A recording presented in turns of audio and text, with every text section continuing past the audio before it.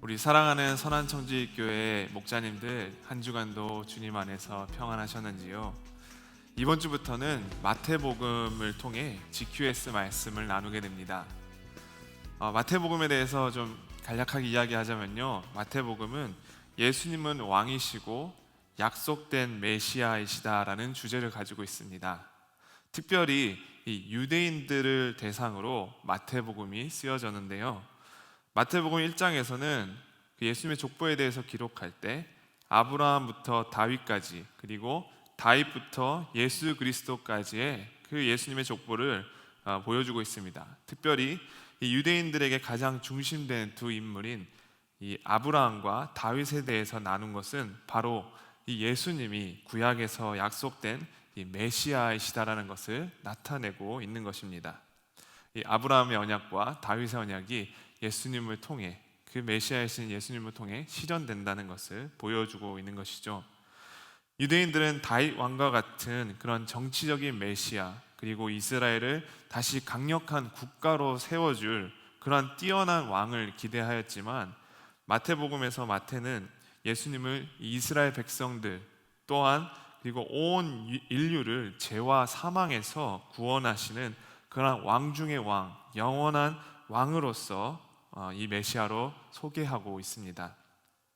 그러므로 마태복음은 구약의 이 말씀들을 인용하여서 예수님이 바로 약속된 메시아이시다라는 것을 증명하는 동시에 온 인류를 구원하신 영원한 왕으로 오신 메시아라는 것을 보여주고 있습니다. 그리고 예수님은 이제 궁극적으로 영원한 그 하나님의 나라를 이 땅에 세우시고, 하나님의 나라의 통치와 그 법치를 통해 영원히 다스리는 분으로서 결국 그러한 왕 중의 왕, 영원한 왕이 되시다는 것을 전하고 있는 것입니다. 이러한 맥락 속에서 앞으로 이제 매일 성경과 새벽기도 말씀을 통해 마태복음을 묵상하며 목장에서 또한 GQS 나눔을 가지시면 좋겠습니다. 그리고 이번 주부터 이 GQS의 포맷이 좀 바뀌게 되는데요, 기존에는 이 매일 성경에서 제공하는 이 GQS 본문을 통해 우리가 진행을 하였는데, 앞으로는 이제 목사님들께서 돌아가며 그 주에 이 새벽 기도를 통해서 나누었던 본문을 GQS 형식으로 이 교재를 만들어 배부를 하게 됩니다. 각 초원 담당 목사님들께서 GQS 이 교재를 나누어 주실 예정이고, 또한 교회에서 프린트를 해서 랍이나 또는 사무실에서 이 목장들이 필요하시다면 이 픽업해 가실 수 있도록 준비할 예정입니다.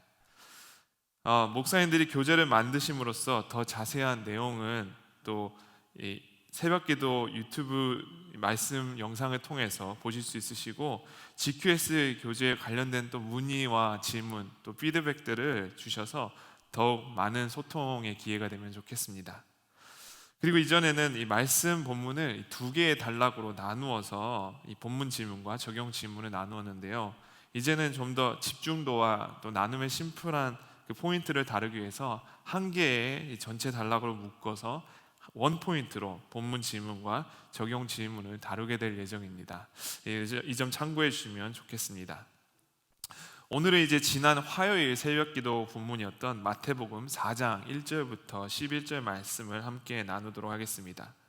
이 새벽기도 때는 3장 후반부의 말씀도 함께 나누었지만, 앞서 말씀드린 대로 2포인트가 아닌 이 1포인트로 본문을 정리해서 이 GQS 때는 마태복음 4장 전반부의 내용만 나눔으로 다루도록 하겠습니다.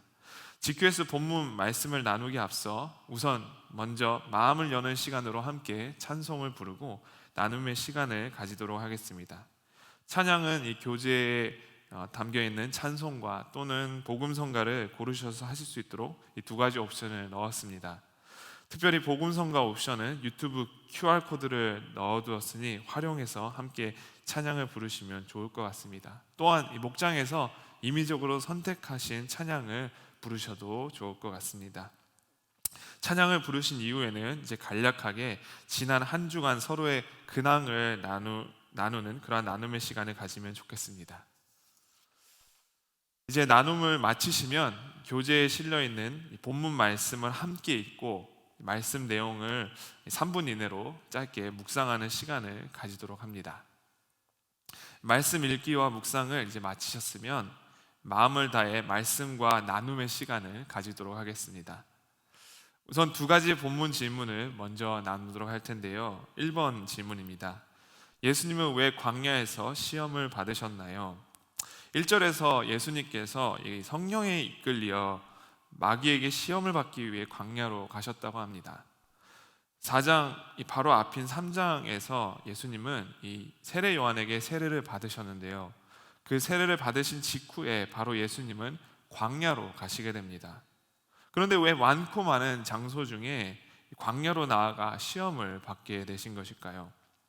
그것도 성령님께 이끌려서 광야로 가셨다고 하는데 왜 성령님은 예수님을 광야로 몰아가신 것일까요? 광야라는 장소를 생각하면 떠오르는 것이 있습니까? 네, 광야는 바로 이 이스라엘 백성들이 출애굽을 한 이후 약속의 땅에 들어가기 전에 40년간 머물러 있던 곳입니다. 그곳에서 이스라엘 백성들은 하나님의 말씀을 받고 또 장막을 지어 예배를 드렸지만 그곳에서 또한 많은 시험을 받게 되는 것을 보게 됩니다. 먹을 것이 없어서 배고픔에 처해지는 시험, 마실 물이 없어서 목마름에 처했던 시험, 그리고 약속의 땅을 정탐했지만 그곳에 이 장대한 거민들이 살고 있다는 소식을 듣고 두려움에 처했던 그러한 시험 등 이스라엘 백성들은 광야에서 이러한 여러 가지 시험들을 받게 됩니다. 그런데 애석하게도 매 시험마다 그들은 불평과 불신으로 응답하며 번번이 실패하는 모습을 또한 우리는 보게 됩니다. 그렇게 이스라엘 백성들이 실패했던 그 장소가 오늘 예수님이 시험을 받았던 광야였습니다. 그리고 예수님은 의도적으로 그 이스라엘 백성들이 실패하였던 광야에서 시험을 받으신 것입니다. 왜 예수님은 이스라엘 백성들이 실패했던 그 광야에서 시험을 받으셨던 것일까요? 바로 그들이 실패한 그 장소에서 동일하게 시험을 받으시며 어떻게 그 시험을 이길 수 있는지에 대한 본을 보여주시기 위해서입니다. 그리고 완전한 하나님이시면서 동시에 완전한 사람이셨던 그 예수님이 개인에게 있어서 또한 이것은 예수님 개인이 이겨내야 할 시험이기도 하였습니다. 그리고 더 나아가서는 이것이 예수님 개인의 시험처럼 보이지만 이것은 결국 두 번째 아담으로서 오신 그 대표성을 가지신 예수님께서 받으신, 우리를 대표해서 받으신 시험이기도 한 것입니다. 이러한 시험을 받으시는 예수님을 보며 그분을 따르는 우리는 이 예수님께서 이기신 시험을 우리들의 각자의 또한 삶의 영역에서 그분의 본을 따라 각자의 시험을 치르게 됩니다. 마치 한 아빠가 아이에게 축구를 가르칠 때 어떻게 공을 차야 하고 또 어디를 보고 차야 하고 어느 정도 세기로 차야 하는지 등을 설명한 이후에 이제 직접 공을 차는 그러한 시험을 보이고 나서 아이에게 똑같이 공을 차보라고 이렇게 코칭을 하는 그러한 모습으로 우리가 예수님의 그러한 본을 우리가 따르는 모습으로 볼 수 있습니다.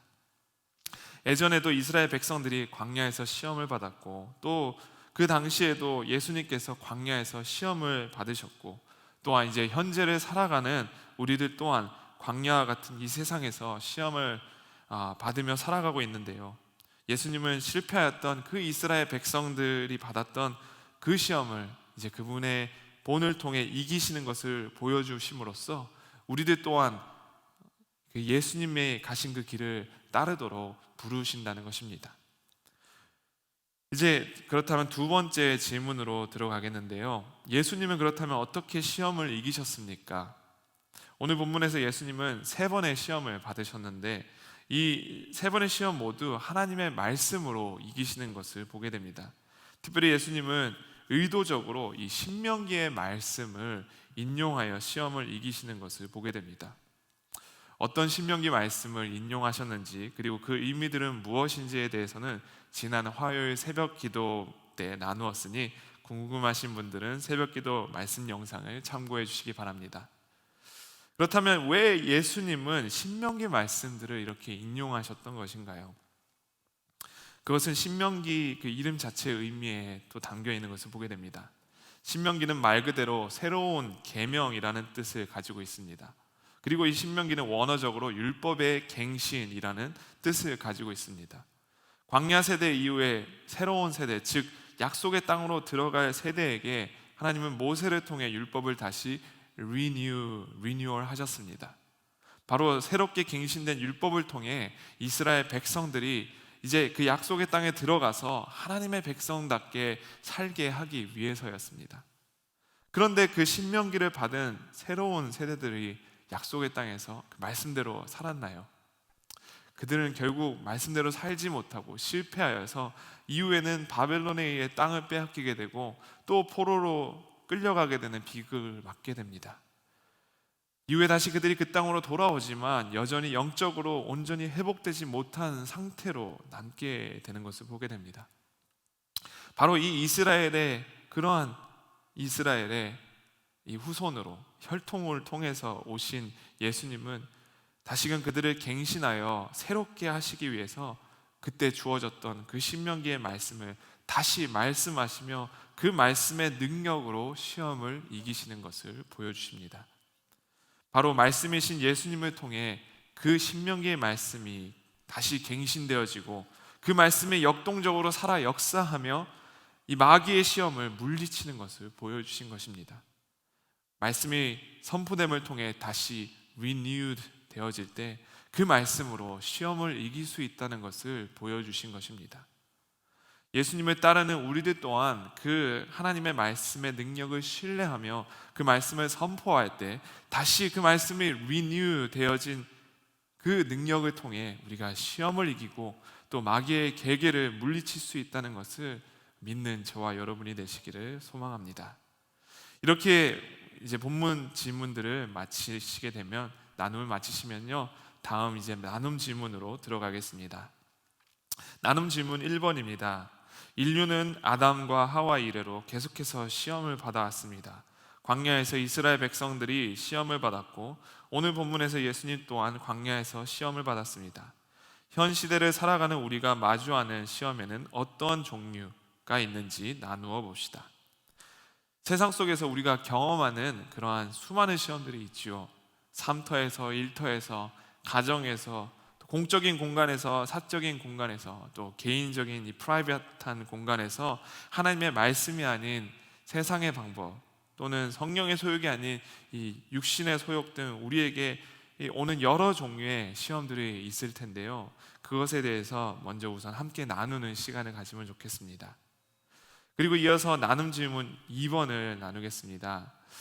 출애굽 당시 광야에서 시험을 받았던 이스라엘 백성들은 실패하였지만 예수님은 하나님의 말씀을 통해 시험을 이기셨습니다. 말씀을 통해 시험을 극복한 경험이 있으면 나누어 봅시다.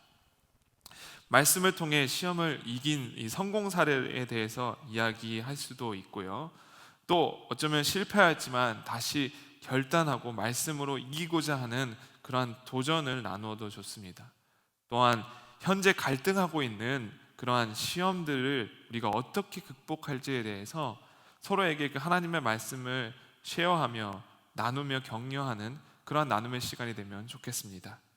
이 개인적인 이야기를 하는 나눔의 시간인 만큼 이 confidentiality, 이 안에서만 이야기된다는 것을 지켜주시고 또 서로가 격려하며 돕고 기도하는 마음으로 경청하며 또 공감하며 세워주는 시간이 되도록 우리 목자님들께서 인도해 주시면 좋겠습니다.